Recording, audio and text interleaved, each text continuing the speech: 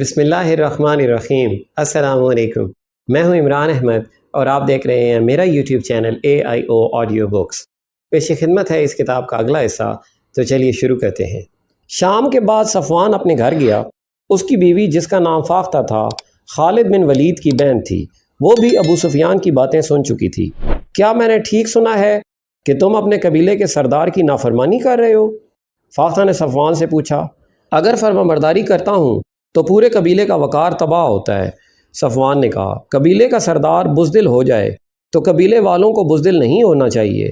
سردار اپنے قبیلے کے دشمن کو دوست بنا لے تو وہ قبیلے کا دوست نہیں ہو سکتا۔ کیا تم مسلمانوں کا مقابلہ کرو گے؟ فاختہ نے پوچھا۔ تو کیا تم یہ پسند کرو گی کہ تمہارا شوہر اپنے گھر کے دروازے بند کر کے اپنی بیوی کے پاس بیٹھ جائے اور دشمن اس کے دروازے کے سامنے دندناتا پھرے؟ کیا میرے بازو ٹوٹ گئے ہیں؟ کیا میری تلوار ٹوٹ گئی ہے؟ کیا تم اس لاش کو پسند نہیں کرو گی جو تمہارے گھر میں لائی جائے گی اور سارا قبیلہ کہے گا کہ یہ ہے تمہارے خاوند کی لاش جو بڑی بہادری سے لڑتا ہوا مارا گیا ہے؟ یا تم اس شوہر کو پسند کرو گی جو تمہارے پاس بیٹھا رہے اور لوگ تمہیں کہیں گے کہ یہ ہے ایک بزدل اور بے وقار آدمی کی بیوی جس نے اپنی بستی اور عبادت گاہ اپنے دشمن کے حوالے کر دی ہے؟ تم مجھے کس حال میں دیکھنا پسند کرو گی؟ میں نے تم پر ہمیشہ فخر کیا ہے صفوان، فاختہ نے کہا۔ عورتیں مجھے کہتی ہیں کہ تمہارا خاوند قبیلے کی آنکھ کا تارا ہے، لیکن اب حالات کچھ اور ہیں۔ تمہارا ساتھ دینے والے بہت تھوڑے ہیں۔ سنا ہے مدینے والوں کی تعداد بہت زیادہ ہے، اور اب میرا بھائی خالد بھی ان کے ساتھ ہے۔ تم جانتے ہو وہ لڑنے مرنے والا آدمی ہے۔ کیا تم مجھے اپنے بھائی سے ڈرا رہی ہو فاختہ؟ نہیں، فاختہ نے کہا۔ مجھے خالد مل جاتا تو میں اسے بھی یہی کہتی جو میں تمہیں کہہ رہی ہوں۔ وہ میرا بھائی ہے، وہ تمہارے ہاتھ سے مارا جا سکتا ہے، تم اس کے ہاتھ سے مارے جا سکتے ہو۔ تم ایک دوسرے کے مقابلے میں نہ آؤ۔ میں اس کی بہن ہوں اور تمہاری بیوی ہوں۔ لاش تمہاری ہو یا خالد کی، میرا غم ایک جیسا ہوگا۔ یہ کوئی عجیب بات نہیں فاختہ، صفوان نے کہا۔ دشمنی ایسی پیدا ہو گئی ہے کہ باپ بیٹے کا اور بھائی بھائی کا دشمن ہو گیا ہے۔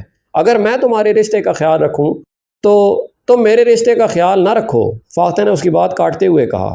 قبیلے کا سردار تمہیں کہہ رہا ہے کہ لڑائی نہیں ہوگی، محمد کی اطاعت قبول کر لیں گے، پھر تم لڑائی کا ارادہ ترک کیوں نہیں کر دیتے؟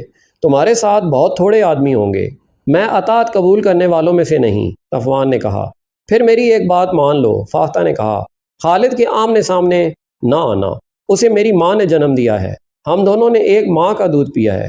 وہ جہاں کہیں بھی ہے، بہن یہی سننا چاہتی ہے کہ اس کا بھائی زندہ ہے۔ میں بیوہ بھی نہیں ہونا چاہتی صفوان۔ پھر اپنے بھائی سے جا کے کہو کہ مکہ کے قریب نہ آئے، صفوان نے کہا۔ وہ میرے سامنے آئے گا تو ہمارے رشتے ختم ہو جائیں گے۔ فاختہ کے آنسو صفوان کے ارادوں کو ذرا سا بھی متزلزل نہ کر سکے۔ رسول اکرم نے ایک اور انتظام کیا۔ انہوں نے چند ایک آدمی مختلف بیروپوں میں مکہ کے ارد گرد چھوڑ رکھے تھے۔ ان کا کام یہ تھا کہ مکہ سے کوئی آدمی باہر نکل کر کہیں جاتا نظر آئے تو اسے پکڑ لیں۔ جاسوسی کا یہ انتظام اس لیے کیا گیا تھا کہ قریش اپنے دوست قبیلوں کو مدد کے لیے نہ بلا سکیں۔ دوسرے ہی دن 2 شتر سواروں کو پکڑا گیا جو عام سے مسافر معلوم ہوتے تھے۔ انہیں مسلمانوں کے پڑاؤ میں لے جایا گیا۔ 1-2 دھمکیوں سے ڈر کر انہوں نے اپنی اصلیت ظاہر کر دی۔ ان میں سے ایک یہودی تھا اور دوسرا قریش قبیلے کا۔ وہ مکہ سے چند میل دور رہنے والے قبیلہ بنو بکر کے ہاں یہ اطلاع لے جا رہے تھے کہ مسلمان مرہ الظہر میں پڑاؤ کیے ہوئے ہیں۔ بنو بکر کو پیغام بھیجا جا رہا تھا کہ وہ مسلمانوں پر شبخون ماریں اور 2 اور قبیلوں کو بھی اپنے ساتھ ملا لیں۔ پیغام میں یہ بھی تھا کہ مسلمان مکہ کو محاصرے میں لیں تو بنو بکر اور دوسرے قبیلے عقب سے ان پر حملہ کر دیں۔ ان سے پوچھا گیا کہ مکہ میں لڑائی کی تیاریاں کس پیمانے پر ہو رہی ہیں۔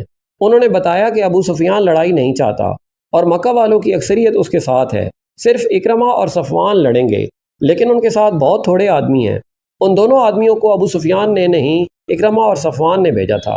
رسول کریم صلی اللہ علیہ وآلہ وسلم نے اپنے سالاروں وغیرہ سے کہا کہ مکہ میں یہ فرض کر کے داخل ہوا جائے کہ قریش شہر کے دفاع میں لڑیں گے۔ آپ نے اپنی فوج کو 4 حصوں میں تقسیم کیا۔ اس زمانے میں مکہ کی طرف 4 راستے جاتے تھے جو مکہ کے ارد گرد کھڑی پہاڑیوں میں سے گزرتے تھے۔ فوج کے ہر حصے کو ایک ایک راستہ دے دیا گیا۔ انہیں اپنے اپنے راستے سے مکہ شہر کی طرف پیش قدمی کرنی تھی۔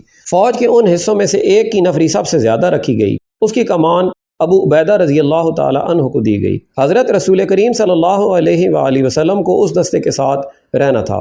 ایک حصے کی کمان علی رضی اللہ تعالی عنہ کے پاس تھی، ایک کے کماندار زبیر رضی اللہ تعالی عنہ تھے، اور چوتھے حصے کی کمان خالد بن ولید رضی اللہ تعالی عنہ کے پاس تھی۔ مورخوں نے لکھا ہے کہ اس اسکیم میں غیر معمولی دانش کار فرما تھی۔ 4 سمتوں سے پیش قدمی کا مقصد یہ تھا کہ مکہ کے دفاعی دستوں کو 4 حصوں میں بکھیر دیا جائے۔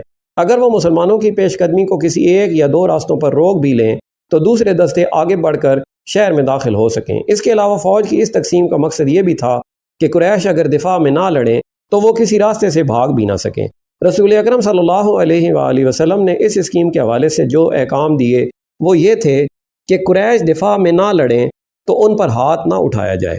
امن کا جواب پرامن طریقے سے دیا جائے۔ اگر کہیں جھڑپ ہو تو زخمیوں کو قتل نہ کیا جائے بلکہ ان کی مرہم پٹی اور دیکھ بھال کی جائے۔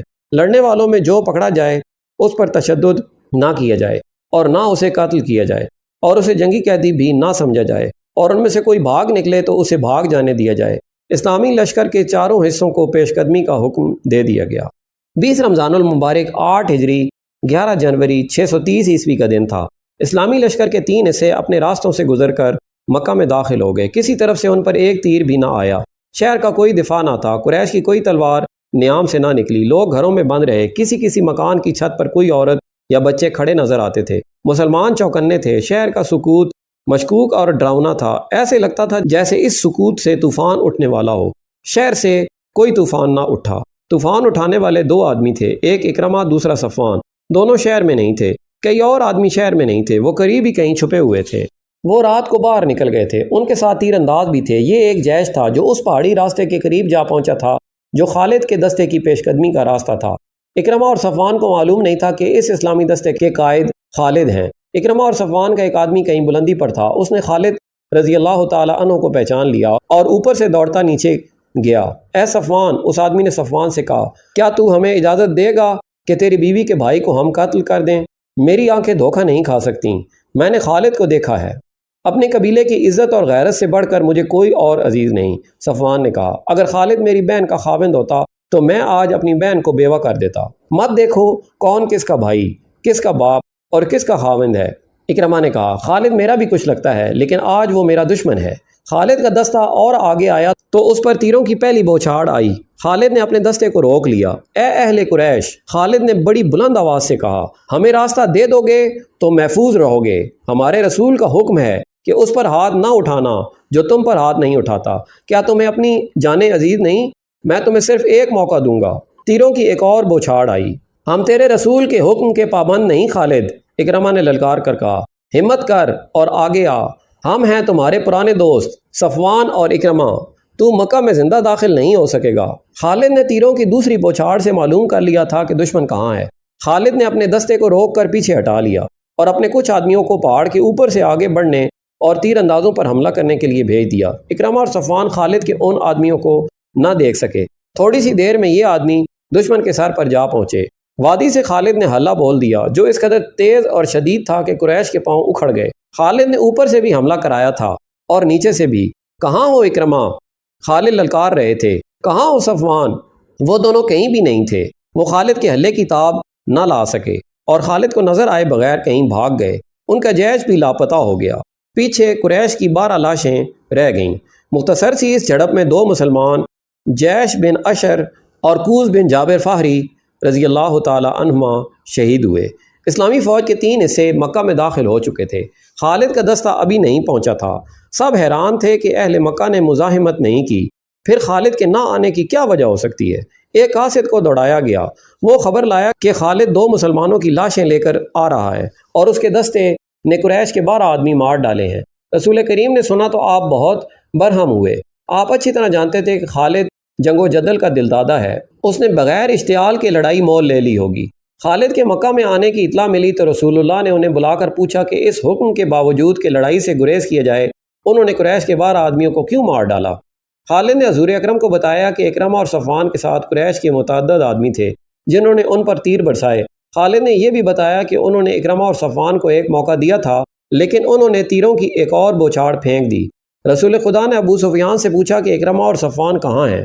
ابو سفیان نے بتایا کہ وہ مکہ کے دفاع میں لڑنے کے لیے چلے گئے تھے۔ رسول خدا صلی اللہ علیہ وآلہ وسلم کو یقین ہو گیا کہ لڑائی خالد نے شروع نہیں کی تھی۔ مکہ پر مسلمانوں کا قبضہ ہو چکا تھا۔ رسول اکرم مکہ میں داخل ہوئے تو آپ کے ہمراہ اسامہ بن زید، بلال اور عثمان بن طلحہ رضی اللہ تعالی عنہما تھے۔ رسول کریم کو مکہ سے ہجرت کر کے مدینہ کو گئے 7 سال گزر چکے تھے۔ آپ نے مکہ کے در و دیوار کو دیکھا، وہاں کے لوگوں کو دیکھا، دروازوں میں اور چھتوں پر کھڑی عورتوں کو دیکھا، بہت سے چہرے شناسا تھے۔ آپ گزرتے چلے گئے اور کعبہ میں داخل ہوئے، 7 مرتبہ بیت اللہ کا طواف کیا اور اللہ کا شکر ادا کیا۔ اب مکہ میں کسی کو اتنی ہمت نہیں پڑتی تھی کہ آپ کو جادوگر کہے یا آپ پر پھپتی کسے، نعوذ باللہ۔ اہل قریش چہروں پر خوف و ہراس کے تاثرات لیے اپنے انجام کے منتظر کھڑے تھے۔ عربوں کے ہاں اپنی بے عزتی اور قتل کے انتقام کا رواج بڑا بھیانک تھا۔ رسول اللہ نے حکم دے دیا تھا کہ جو امن قائم رکھیں گے ان کے ساتھ پر امن سلوک کیا جائے گا۔ اس کے باوجود قریش ڈرے اور سہمے ہوئے تھے۔ اہل قریش حضور اکرم صلی اللہ علیہ وآلہ وسلم نے لوگوں کے سامنے رک کر پوچھا، خود بتاؤ تمہارے ساتھ کیا سلوک ہو؟ لوگوں کی آوازیں بلند ہوئیں، وہ خیر اور بخشش کے طلبگار تھے۔ اپنے گھروں کو جاؤ، حضور اکرم نے کہا، ہم نے تمہیں بخش دیا۔ رسول اللہ صلی اللہ علیہ وآلہ وسلم کی حیات مقدسہ کی عظیم گھڑی تو وہ تھی جب آپ نے کعبہ میں رکھے ہوئے بتوں کی طرف توجہ دی۔ بتوں کی تعداد 360 تھی، ان میں ایک بت حضرت ابراہیم علیہ السلام کا بھی تھا۔ اس بت کے ہاتھوں میں تیر تھے، ان تیروں سے بت خانے کے پیشوا فال نکالا کرتے تھے۔ حضور اکرم کے ہاتھ میں ایک موٹی اور مضبوط لاٹھی تھی، آپ نے اس لاٹھی سے بت توڑنے شروع کر دیے۔ آپ اپنے جد امجد حضرت ابراہیم علیہ السلام کی سنت کو زندہ کر رہے تھے۔ آپ بت توڑتے جاتے اور بلند آواز سے کہتے جاتے، حق آ گیا، باطل چلا گیا۔ بے شک باطل کو چلے جانا تھا۔ مورخ لکھتے ہیں کہ ایسا لگتا تھا جیسے یہ صدائیں حضور اکرم کی لاٹھی کی ہر ضرب سے کعبہ کی در و دیوار سے اٹھ رہی ہوں۔ کعبہ سے بتوں کے ٹکڑے اٹھا کر باہر پھینک دیے گئے اور کعبہ عالم اسلام کی عبادت گاہ بن گیا۔ اس کے بعد آپ نے مکہ کے انتظامی امور کی طرف توجہ دی۔ قریش اور دیگر قبائل کے لوگ قبول اسلام کے لیے آتے رہے۔ بت صرف کعبہ میں ہی نہیں تھے، مکہ کے گرد و نواح کی بستیوں میں مندر تھے، وہاں بھی بت رکھے جاتے تھے۔ سب سے اہم بت عزا کا تھا جو چند میل دور نخلا کے مندر میں رکھا گیا تھا۔ رسول اکرم نے عزا کا بت توڑنے کا کام خالد رضی اللہ تعالی عنہ کے سپرد کیا۔ خالد نے اپنے ساتھ 30 سوار لیے اور اس مہم پر روانہ ہو گئے۔ دوسرے مندروں کے بت توڑنے کے لیے مختلف جیش روانہ کیے گئے تھے۔ عزا کا بت اکیلا نہیں تھا، چونکہ یہ دیوی تھی اس لیے اس کے ساتھ چھوٹی چھوٹی دیویوں کے بت بھی تھے۔ خالد رضی اللہ تعالی عنہ وہاں پہنچے تو مندر کا پروہت ان کے سامنے آ گیا۔ اس نے التجا کی کہ ان کے بت نہ توڑے جائیں، مجھے عزا کا بت دکھاؤ۔ خالد نے نیام سے تلوار نکال کر پروہت سے پوچھا۔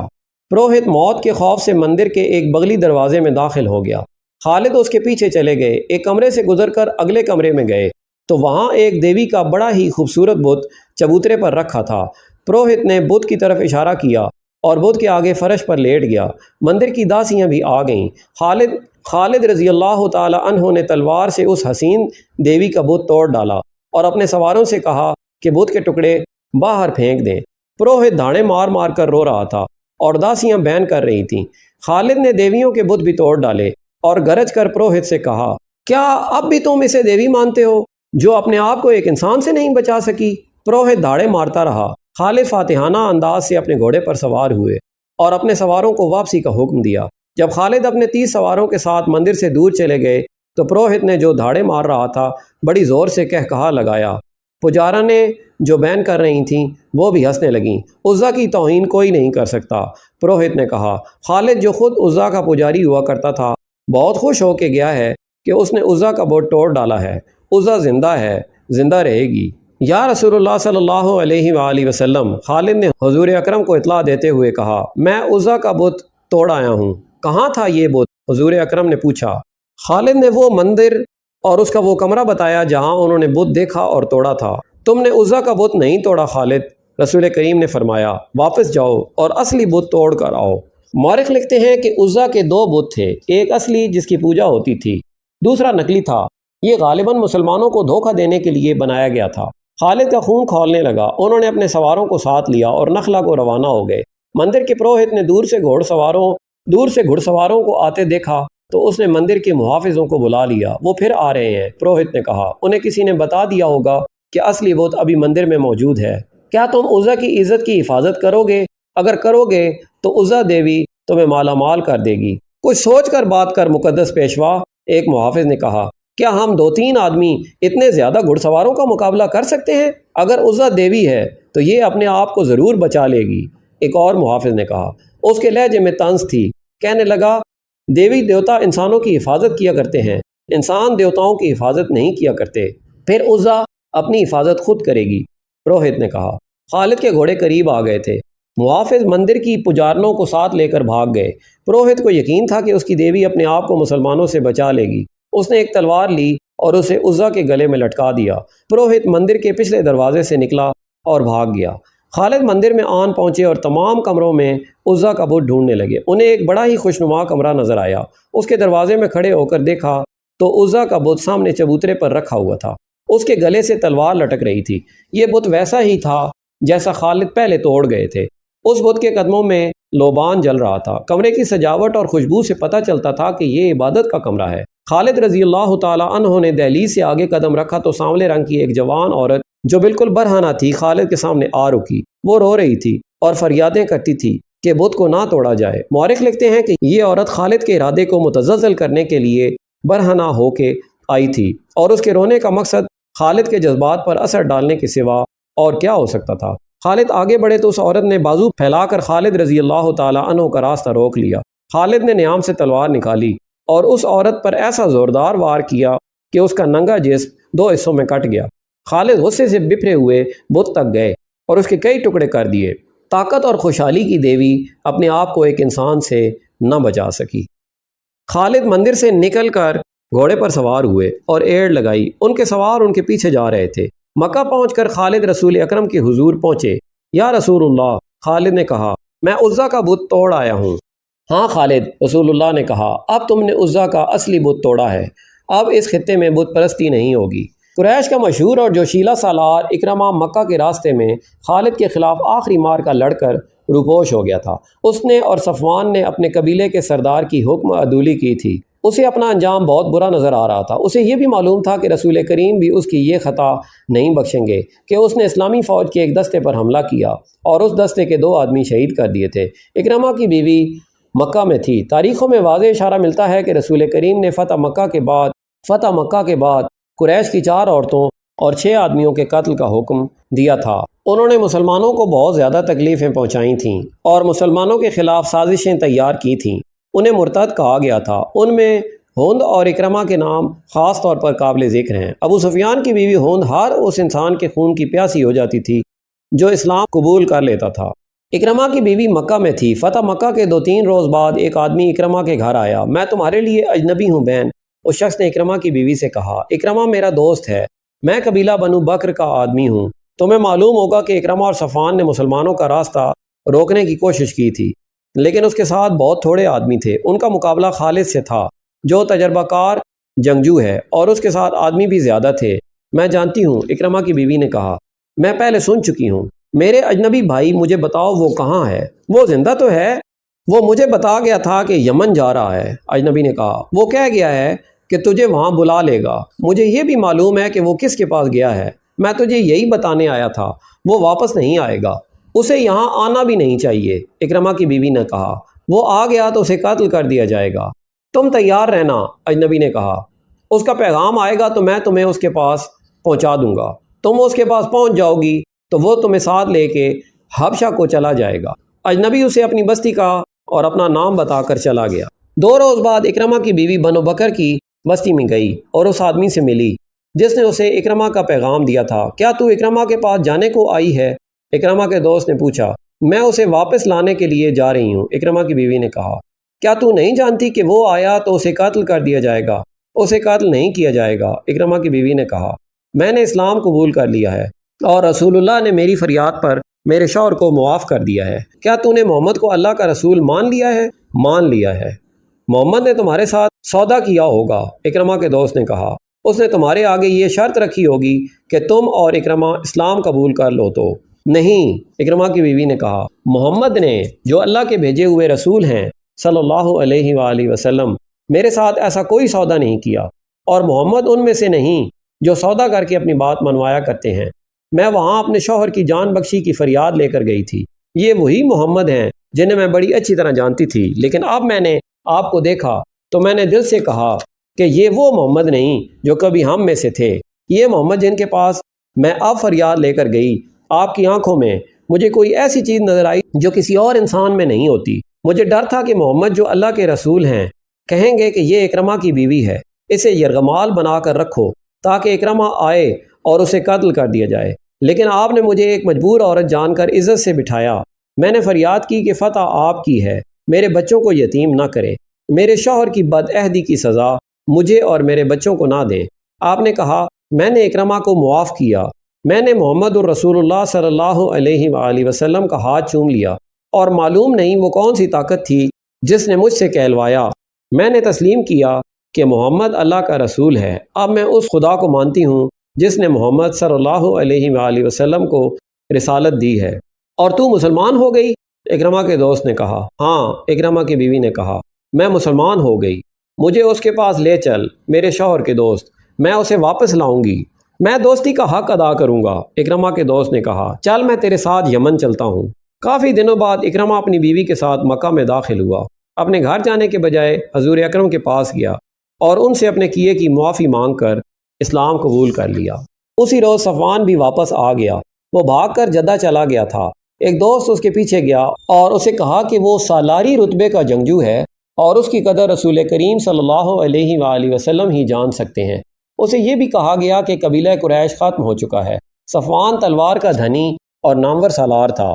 وہ اپنے دوست کے ساتھ مکہ آ گیا اور اس نے رسول کریم کے حضور پیش ہو کر اسلام قبول کر لیا۔ ابو سفیان کی بیوی ہوند ایسی عورت تھی جس کے متعلق سوچا بھی نہیں جا سکتا تھا کہ اسلام قبول کر لے گی۔ رسول کریم نے اس کے قتل کا حکم دے رکھا تھا اور وہ روپوش تھی۔ ابو سفیان اسلام قبول کر چکا تھا۔ ہوند کو جب پتہ چلا کہ اکرمہ اور صفوان نے بھی اسلام قبول کر لیا ہے تو وہ سامنے آ گئی، یہ جانتے ہوئے کہ اسے قتل کر دیا جائے گا۔ وہ رسول اکرم کے حضور جا پہنچی، آپ نے اسے معاف کر دیا اور وہ مسلمان ہو گئی۔ مکہ کے ارد گرد دور اور نزدیک کچھ قبائل تھے، ان میں بعض بت پرست تھے اور بعض توہمات کو عقیدہ بنائے ہوئے تھے۔ رسول کریم نے ان کی طرف پیغام بھیجے کہ وہ اللہ کا سچا دین قبول کر لے۔ پیغام لے جانے والے فوجی تھے، لیکن آپ نے حکم دیا تھا کہ کسی پر تشدد نہ کیا جائے اور جنگی کارروائی سے گریز کیا جائے۔ مکہ کے جنوب میں تہامہ کا علاقہ ہے جہاں جنگجو قبائل بکھرے ہوئے تھے۔ ان کے متعلق خدشہ تھا کہ لڑنے پر اتر آئیں گے، اس لیے اس علاقے میں فوج کا ایک دستہ بھیجا گیا اور اس کی کمان خالد بن ولید رضی اللہ تعالی عنہ کو دی گئی۔ تمام کا تمام دستہ گھڑ سوار تھا، اس میں بنو سلیم کے آدمی بھی تھے اور مدینہ کے بھی۔ خالد کو مکہ سے تقریباً 50 میل دور یلملم کے مقام تک جانا تھا۔ خالد اپنے سوار دستے کے ساتھ روانہ ہو گئے۔ ان کی منزل 50 میل دور تھی، لیکن بمشکل 15 میل دور گئے ہوں گے کہ ایک مشہور جنگجو قبیلے بنو جزیمہ کے 2 آدمیوں نے خالد کے دستے کا راستہ روک لیا۔ خالد نے اپنے دستے کو لڑائی کی ترتیب میں کر لیا۔ بنو جزیمہ باقاعدہ لڑائی کے لیے نکل آئے۔ ہم لڑنے نہیں آئے، خالد نے اعلان کیا، ہم دعوت دینے آئے ہیں کہ اسلام قبول کر لو۔ ہم اسلام قبول کر چکے ہیں، بنو جزیمہ کی طرف سے جواب آیا۔ ہم نمازیں پڑھتے ہیں، ہم دھوکہ کھانے نہیں آئے۔ خالد نے بلند آواز سے کہا، اگر تم مسلمان ہو چکے ہو تو تلواریں اور برچیاں پھینک دو۔ خبردار بنو جزیمہ کی طرف سے کسی نے للکار کر کہا، اسے میں جانتا ہوں، یہ مکہ کے الولید کا بیٹا خالد ہے، اس پر اعتبار نہ کرنا۔ ہتھیار ڈال دو گے تو یہ ہم سب کو قتل کرا دے گا، ہتھیار نہ ڈالنا۔ خدا کی قسم، مجھے رسول اللہ صلی اللہ علیہ وآلہ وسلم کا حکم نہ ملا ہوتا کہ جنگ نہ کرنا تو میں دیکھتا کہ تم ہتھیار ڈالتے ہو یا نہیں۔ خالد نے کہا، ہم دوست بن کر آئے ہیں، ہم تم پر اللہ کا دین زبردستی ٹھوسنے نہیں آئے، ہمیں دوست سمجھو اور ہمارے ساتھ آ جاؤ۔ اہل قریش کی کیا خبر ہے؟ بنو جزیمہ کی طرف سے آواز آئی۔ مکہ چل کر دیکھو، خالد نے کہا۔ ابو سفیان، اکرمہ اور صفوان اسلام قبول کر چکے ہیں۔ بنو جزیمہ نے ہتھیار ڈال دیے۔ خالد گھوڑے سے اتر کر آگے بڑھے اور بنو جزیمہ کے سردار سے گلے ملے۔ پورے قبیلے نے اسلام قبول کر لیا۔ مسلمانوں کو مکہ ایک مرکز کی حیثیت سے مل گیا۔ یہ سورج کی مانند تھا جس کی کرنیں دور دور تک پھیلنے لگیں، لیکن اسلام کی دشمن قوتیں یکجا ہو رہی تھیں۔ طائف ایک مقام ہے جو مکہ معظمہ سے چند میل دور ہے۔ جنوری 630 شوال 8 ہجری کی ایک رات وہاں جشن کا سماں تھا۔ فضا شراب کی بو سے بوجھل اور رات مخمور تھی۔ رقص کے لیے طائف کے ارد گرد کے علاقے کی چنی ہوئی ناچنے والیاں آئی ہوئی تھیں۔ ان کے رقص اور حسن نے مہمانوں کو مدہوش کر دیا تھا۔ مہمان مکہ کے شمال مشرقی علاقے کے مشہور جنگجو قبیلے حوازن کے سرکردہ افراد تھے۔ ان کے میزبان طائف اور گرد و نواح میں پھیلے ہوئے قبیلے ثقیف کے سردار تھے، جنہوں نے اپنے مہمانوں پر اپنی امارت اور فیاضی اور کشادہ ظرفی کا رعب جمانے کے لیے اتنی شاہانہ ضیافت اور اتنے شاندار جشن کا اہتمام کیا تھا۔ وہ لڑکیاں رقص کے کمال دکھا رہی تھیں کہ میزبان قبیلے کا سردار مالک بن عوف اٹھ کھڑا ہوا اور اس نے تالی بجائی، ساز خاموش ہو گئے، ناچنے والیاں بت بن گئیں اور ان کی نظریں مالک بن عوف پر جم گئیں۔ مہمانوں پر سناٹا طاری ہو گیا، ایسے لگتا تھا جیسے رات کے گزرتے لمحوں کا قافلہ رک گیا ہو۔ ہر کوئی مالک بن عوف کی طرف دیکھ رہا تھا۔ مالک بن عوف کی عمر 30 سال تھی۔ رقص اور مے نوشی کی محفلوں میں وہ عیاش شہزادہ تھا، لیکن میدان جنگ میں وہ آگ کا بگولا تھا۔ وہ صرف تیغ زنی، تیر اندازی اور گھڑ سواری میں ہی مہارت نہیں رکھتا تھا، بلکہ وہ فن حرب و ضرب کا بھی ماہر تھا۔ انہی اوصاف کی بدولت وہ قبیلے کا سالار تھا۔ جنگ کے معاملے میں وہ انتہا پسند تھا، یوں لگتا تھا جیسے ٹھنڈے دل سے سوچنا اسے آتا ہی نہیں۔ اس کی جنگی چالیں اس کے دشمن کے لیے بڑی خطرناک ہوتی تھیں۔ قبیلے قریش میں جو حیثیت کسی وقت حضرت خالد بن ولید رضی اللہ تعالی عنہ کو حاصل تھی، ویسا ہی دبدبہ مالک بن عوف کا اپنے قبیلے پر تھا۔ ہم نے بہت کھا لیا ہے، مالک بن عوف نے رقص رکوا کر میزبانوں اور مہمانوں سے خطاب کیا۔ ہم شراب کے مٹکے خالی کر چکے ہیں، ہم تھرکتی ہوئی جوانیوں سے لطف اندوز ہو چکے ہیں۔ کیا ہمارے مہمانوں نے یہ نہیں سوچا کہ اس ضیافت اور اس جشن کی تقریب کیا ہے؟ میں نے تمہیں کوئی خوشی منانے کے لیے اکٹھا نہیں کیا۔ اے اہل حوازن، میں نے تمہاری غیرت کو جگانے کے لیے تمہیں اپنے ہاں بلایا ہے۔ حوازن کی غیرت سوئی کب تھی مالک بن عوف؟ قبیلہ حوازن کے ایک سردار نے کہا۔ بتا ہماری غیرت کو کس نے للکارا ہے؟ مسلمانوں نے، مالک بن عوف نے کہا۔ محمد نے؟ کیا تم محمد کو نہیں جانتے؟ کیا تم بھول گئے ہو اس محمد کو جو اپنے چند ایک ساتھیوں کے ساتھ مکہ سے بھاگ کر یثرب چلا گیا تھا؟ جانتے ہیں، 2-3 آوازیں اٹھیں۔ اچھی طرح جانتے ہیں، وہ اپنے آپ کو خدا کا نبی کہتا ہے، ہم اسے نبی نہیں مانتے۔ ایک اور آواز اٹھی، کوئی نبی ہوتا تو ہم میں سے ہوتا جو اہل ثقیف ہیں، حوازن کے قبیلے سے ہوتا۔ وہ نبی ہے یا نہیں؟ مالک بن عوف نے کہا، میں تمہیں یہ بتانا چاہتا ہوں کہ جس مکہ سے محمد بھاگا تھا اس مکہ کا اب وہ حاکم ہے۔ مکہ میں اس کا حکم چلتا ہے اور اس کی جنگی طاقت بڑھتی جا رہی ہے۔ قبیلہ قریش اس کے آگے ہتھیار ڈال چکا ہے اور اس کے مذہب کو قبول کرتا چلا جا رہا ہے۔ ابو سفیان، اکرمہ اور صفوان جیسے جابر جنگجو محمد کا مذہب قبول کر چکے ہیں۔ خالد بن ولید نے پہلے ہی یہ نیا مذہب قبول کر لیا تھا۔ مسلمانوں نے مکہ میں تمام بت توڑ ڈالے ہیں۔ اہل قریش کو اپنی غیرت اور اپنے مذہب کا پاس ہوتا تو وہ اپنی تلواریں اپنے پیٹوں میں گھونپ لیتے۔ کسی اور نے کہا، اب ستاروں سے بھرا ہوا آسمان یہ دیکھے گا کہ حوازن اور ثقیف کو اپنی غیرت کا کتنا پاس ہے۔ مالک بن عوف نے کہا، کیا تو چاہتا ہے کہ ہم میں سے کوئی محمد کو قتل کر دے؟ قبیلہ حوازن کے ایک سردار نے کہا، اگر تو یہی کہنا چاہتا ہے تو یہ کام میرے سپرد کر۔ اب محمد کو قتل کر دینے سے کچھ حاصل نہ ہوگا۔ مالک بن عوف نے کہا، اسے قتل کرو گے تو اس کے پیروکار اسے اپنے دلوں میں زندہ رکھیں گے۔ ان کی تعداد اتنی زیادہ ہو گئی ہے کہ اب ایک آدمی کے قتل سے وہ اس راستے سے نہیں ہٹیں گے جس پر انہیں ڈال دیا گیا ہے۔ کہتے ہیں محمد کے ہاتھ میں کوئی جادو آ گیا ہے۔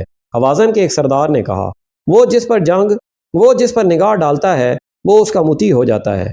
جہاں تلوار چلتی ہے وہاں کوئی جادو نہیں چل سکتا۔ حوازن قبیلے کے ایک اور سردار نے اپنی تلوار کے دستے پر ہاتھ رکھ کر کہا، مالک آگے بول، تو کیا کہتا ہے؟ ہم تیرے ساتھ ہیں۔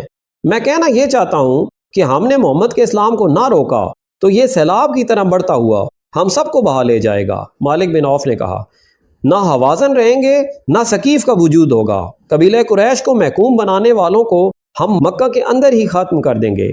کیا تم محکوم بن جانے کا مطلب سمجھتے ہو؟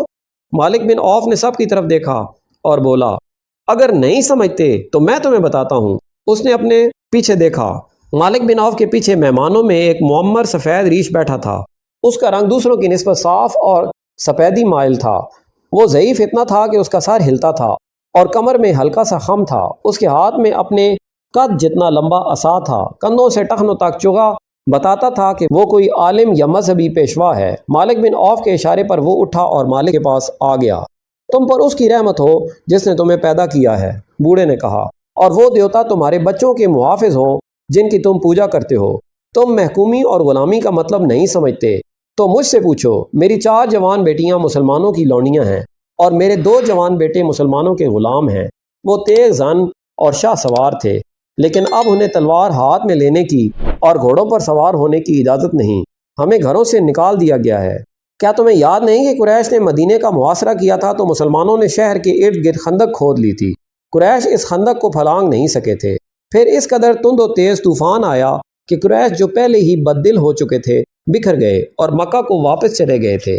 جب مسلمانوں کے سر سے خطرہ ٹل گیا تو انہوں نے ان یہودیوں پر حملہ بول دیا جو ان کے ساتھ مدینہ میں امن سے رہتے تھے۔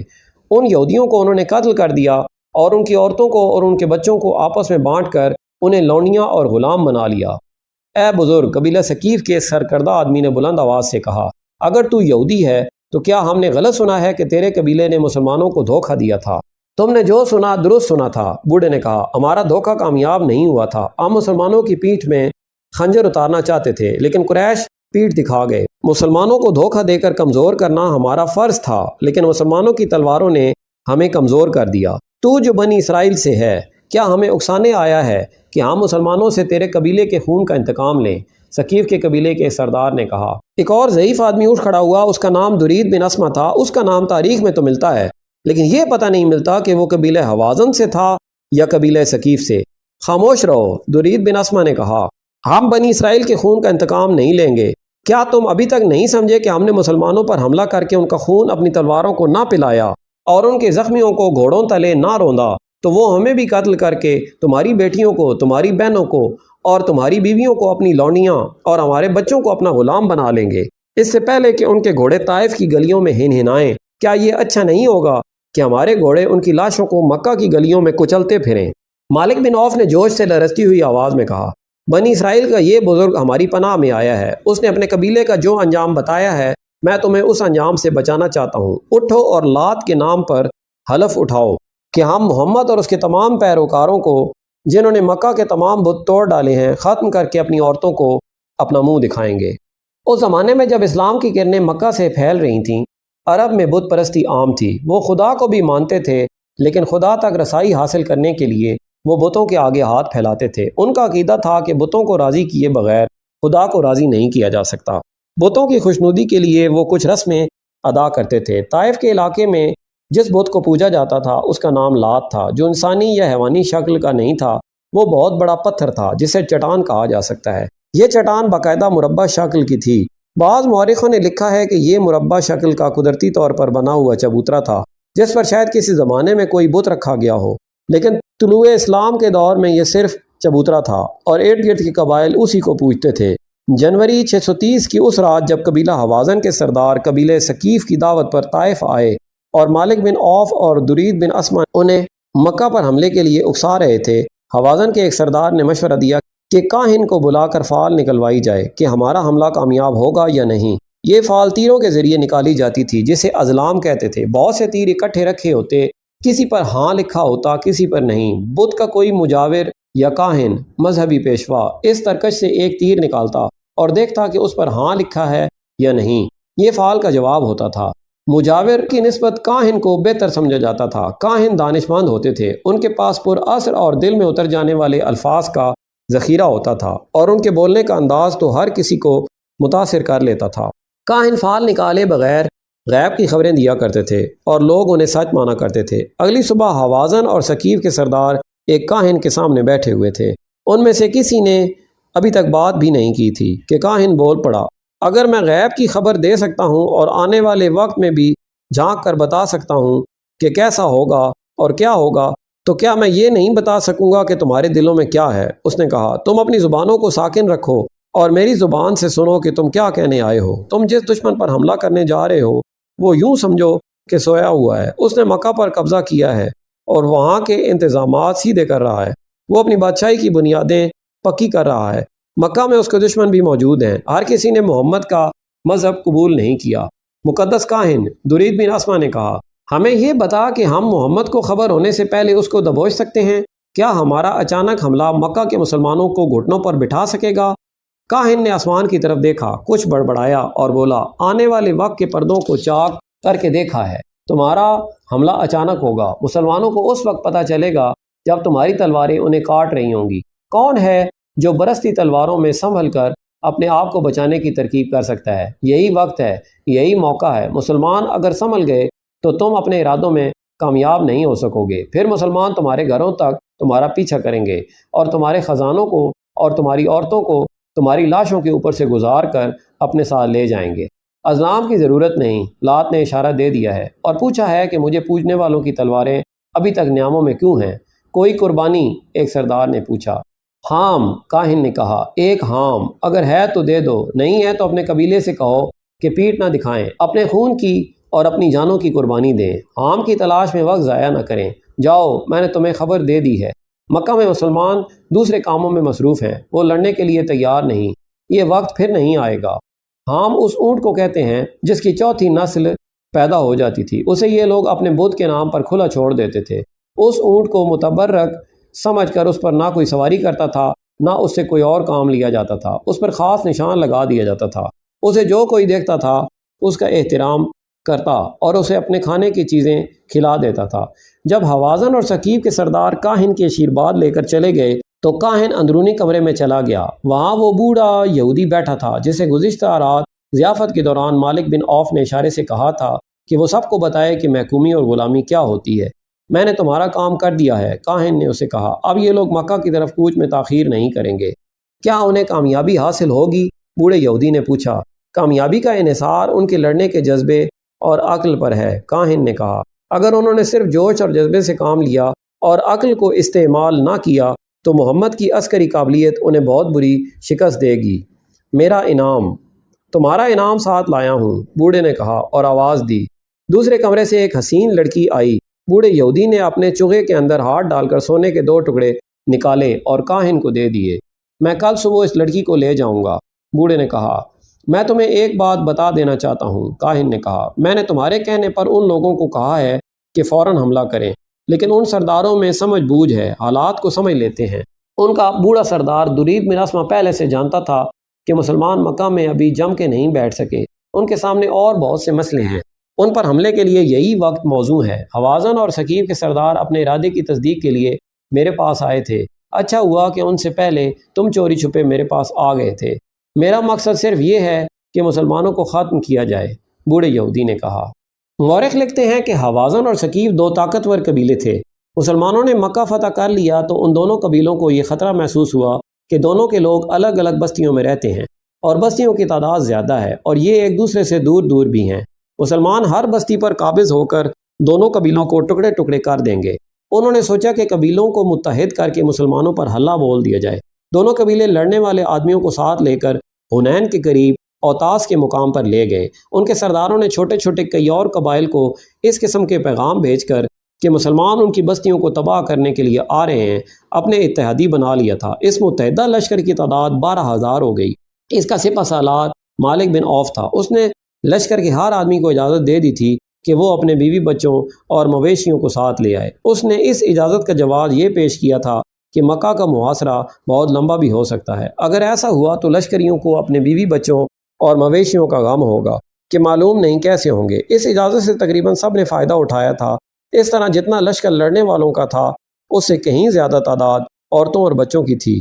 اونٹ بھی بے شمار تھے۔ درید بن اسما بہت بوڑھا ہو چکا تھا، وہ میدان جنگ میں جانے کے قابل نہیں تھا، لیکن لڑنے اور لڑانے کا جو تجربہ اسے تھا اور کسی کو نہیں تھا۔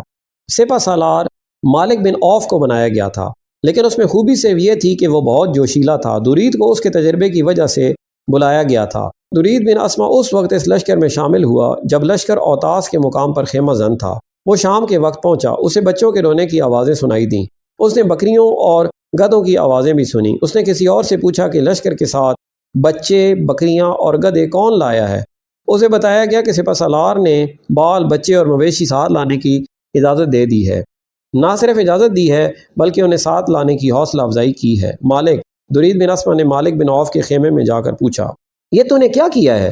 میں نے ایسا لشکر پہلی بار دیکھا ہے جو لڑنے والے لشکر کے بجائے نقل مکانی کرنے والوں کا قافلہ معلوم ہوتا ہے۔ مجھے تمہاری جنگی فہم و فراست پر ذرا بھی شک نہیں میرے بزرگ، مالک بن عوف نے کہا، لیکن میں نے جو سوچا ہے وہ تم ساری عمر نہیں سوچ سکتے۔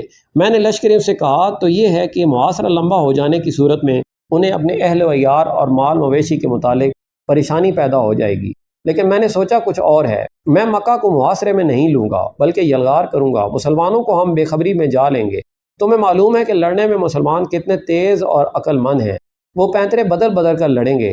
ہو سکتا ہے ہمارے آدمی ان کی بے جگی کے آگے ٹھہر نہ سکیں۔ وہ جب دیکھیں گے کہ ان کی عورتیں اور جوان بیٹیاں اور بچے اور دودھ دینے والے مویشی بھی ساتھ ہیں تو وہ انہیں بچانے کے لیے جان کی بازی لگا کر لڑیں گے اور زیادہ سے زیادہ بہادری سے لڑیں گے، بھاگیں گے نہیں۔ تجربہ عمر سے حاصل ہوتا ہے مالک، درید نے کہا۔ تیرے پاس جذبہ ہے، غیرت ہے، جرت ہے، لیکن عقل تیری ابھی خام ہے۔ لڑائی میں ان لوگوں کا دھیان آگے نہیں پیچھے ہوگا۔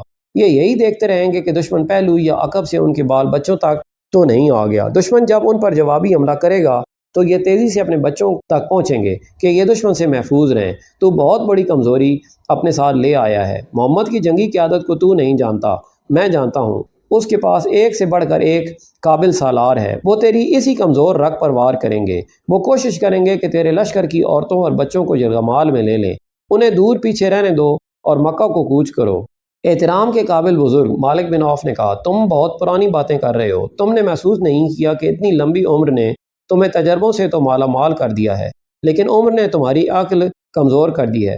اگر میں سپہ سالار ہوں تو میرا حکم چلے گا، میں جہاں ضرورت سمجھوں گا تم سے مشورہ لے لوں گا۔ مورخوں نے لکھا ہے کہ درید بن اسما یہ سوچ کر چپ ہو گیا کہ یہ موقع آپس میں الجھنے کا نہیں تھا۔ تم لشکر سے کچھ اور کہنا چاہتے ہو تو کہہ دو، مالک بن عوف نے کہا۔ جو کام مجھے کرنا ہے وہ میں تمہیں بتائے بغیر کروں گا، درید نے کہا۔ مجھ میں لڑنے کی طاقت نہیں رہی، لڑا سکتا ہوں۔ اس نے اپنے خیمے میں جا کر قبیلے کے سرداروں کو بلایا اور اتنا ہی کہا، جب حملہ کرو گے تو تمہارا اتحاد نہ ٹوٹے۔ تمام لشکر سے کہہ دو کہ حملے سے پہلے تلواروں کی نیامیں توڑ کر پھینک دیں۔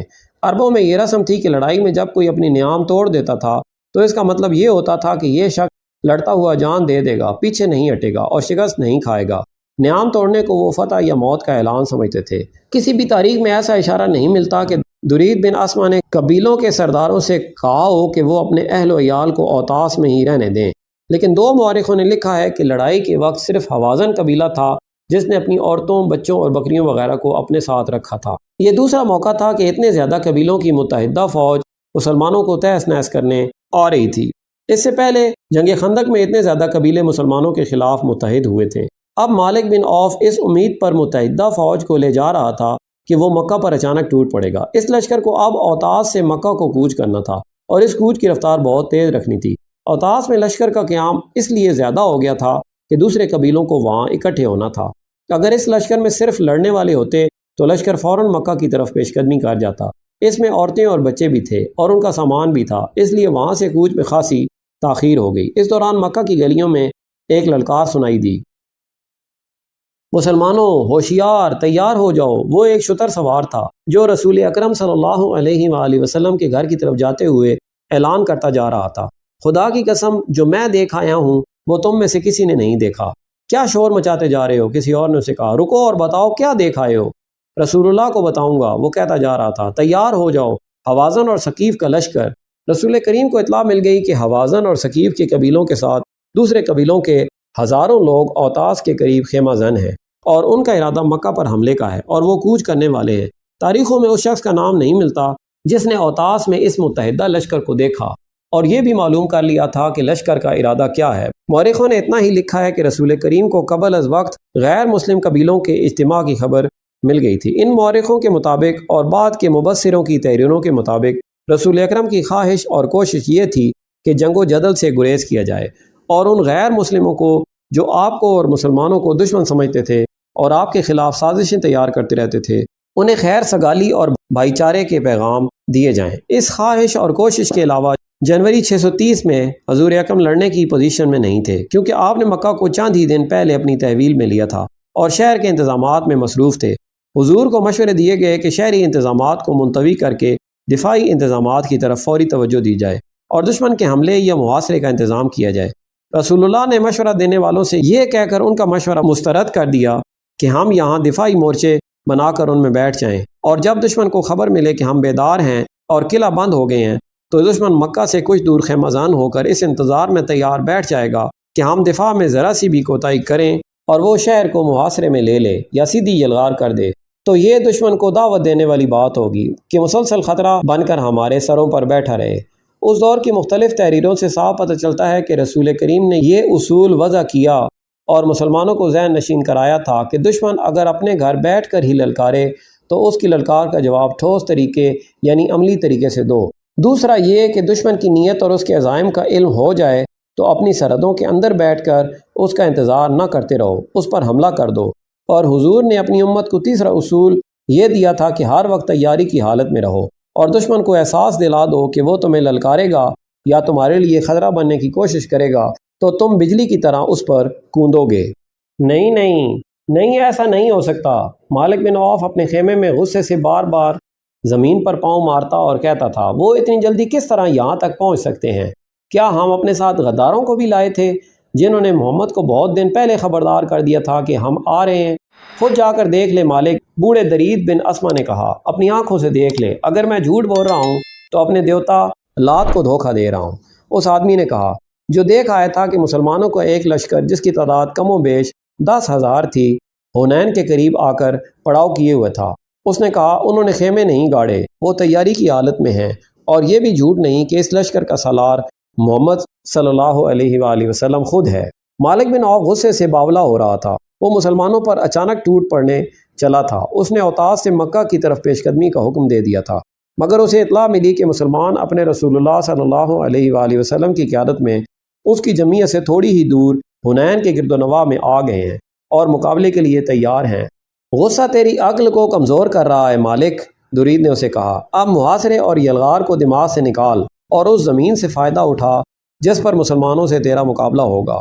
تو اچھی چالیں سوچ سکتا ہے، تو دشمن کو دھوکہ دے سکتا ہے، تجھ میں جرأت ہے، پھر تو کیوں پریشان ہو رہا ہے؟ میں تیرے ساتھ ہوں، اور میں تجھے ایک بار پھر کہتا ہوں کہ حوازن کے لوگوں نے اپنی عورتوں اور بچوں اور اپنے مویشیوں کو ساتھ لا کے اچھا نہیں کیا۔ آ میرے ساتھ آ، حنین کی وادی کو دیکھیں۔ وہ دونوں اس علاقے کو دیکھنے چل پڑے جہاں لڑائی متوقع تھی۔ رسول اکرم صلی اللہ علیہ وآلہ وسلم کے ساتھ مجاہدین کی جو فوج تھی اس کی تعداد 12,000 تھی۔ اس نفری میں مکہ کے 2,000 افراد ایسے تھے جنہیں اسلام قبول کیے ابھی چند ہی دن ہوئے تھے۔ بعض صحابہ کرام ان 9 مسلموں پر بھروسہ کرنے پر آمادہ نہیں تھے، لیکن اللہ کے رسول صلی اللہ علیہ وآلہ وسلم کو اپنے اللہ پر بھروسہ تھا۔ ابو سفیان، اکرمہ اور صفوان بھی 9 مسلم تھے۔ یہ تینوں سرداری اور سالاری کے رتبوں کے افراد تھے جن کا 9 مسلم قریش پر اثر و رسوخ بھی تھا، لیکن دیکھا گیا کہ یہ سب اپنی مرضی سے اس لشکر میں شامل ہوئے تھے۔ ایک مورخ نے لکھا ہے کہ ان تینوں نے مجاہدین کے لیے کم و بیش 100 زرہ بختر دیے تھے۔ یہ لشکر 27 جنوری 630 عیسوی 6 شوال 8 ہجری کی صبح مکہ سے روانہ ہوا اور 31 جنوری کی شام حنین کے گرد و نواح میں پہنچ گیا تھا۔ کوچ برق رفتار تھا۔ رسول کریم کو معلوم تھا کہ قبیلہ حوازن اور قبیلہ ثقیف لڑنے والے قبیلے ہیں، اور ان کے قائد درید اور مالک جنگی فہم و فراست اور چالوں سے بخوبی واقف ہیں۔ اس لیے آپ نے 700 مجاہدین کا جو ہراول دستہ تیار کیا تھا وہ بنو سلیم کے تھے، اور ان کے کمانڈر خالد بن ولید رضی اللہ تعالی عنہ تھے۔ حنین ایک وادی ہے جو مکہ سے 11 میل دور ہے۔ بعض جگہوں پر یہ وادی 7 میل چوڑی ہے، کہیں اس کی چوڑائی اس سے بھی کم ہے، اور حنین کے قریب جا کر وادی کی چوڑائی کم ہوتے ہوتے بمشکل 2 فرلانگ رہ جاتی ہے۔ یہاں سے وادی کی سطح اوپر کو اٹھتی ہے، یعنی یہ چڑھائی ہے۔ آگے ایک درہ نما راستہ ہے جو دائیں بائیں مڑتا ایک اور وادی میں داخل ہوتا ہے۔ اس وادی کا نام نخلۃ الیمانیہ ہے۔ راستہ خاصا تنگ ہے۔ مسلمانوں نے اپنے جاسوسوں کی آنکھوں سے دیکھا کہ قبیلوں کی متحدہ فوج ابھی اوتاس کے قریب خیمہ زن ہے، مگر جاسوس رات کی تاریکی میں نہ جھانک سکے، یا انہوں نے ضرورت ہی محسوس نہ کی کہ رات کو بھی دیکھ لیتے کہ دشمن کوئی نقل و حرکت تو نہیں کر رہا۔ دن کے دوران متحدہ قبیلوں کے کیمپ میں کوچ یا پیش قدمی کی تیاری کے کوئی آثار نہ تھے۔ کیمپ پر مردنی سی چھائی ہوئی تھی، کوئی سرگرمی نہیں تھی۔ 1 فروری 630 11 شوال 8 ہجری کی سیر مجاہدین نے اوتاس کی طرف پیش قدمی کی۔ سکیم یہ تھی کہ دشمن کے کیمپ پر یلغار کی جائے۔ امید یہی تھی کہ دشمن کو بے خبری میں جا لیں گے۔ پیش قدمی مکمل طور پر منظم تھی۔ ہراول میں بنو سلیم کے مجاہدین تھے جن کے قائد خالد بن ولید تھے۔ اس حیثیت میں خالد سب سے آگے تھے۔ اسلامی فوج کی نفری تو 12,000 تھی، لیکن اس باقاعدہ فوج کے ساتھ ایک بے قاعدہ فوج بھی تھی جس کی نفری 20,000 تھی۔ یہ مکہ اور گرد و نواح کے لوگ تھے جو فوج کی مدد کے لیے ساتھ آئے تھے۔ ایک واقعہ قابل ذکر ہے۔ اتنا زیادہ لشکر دیکھ کر بعض صحابہ کرام نے بڑے فخر سے کہا، کون ہے جو ہمیں شکست دے سکتا ہے؟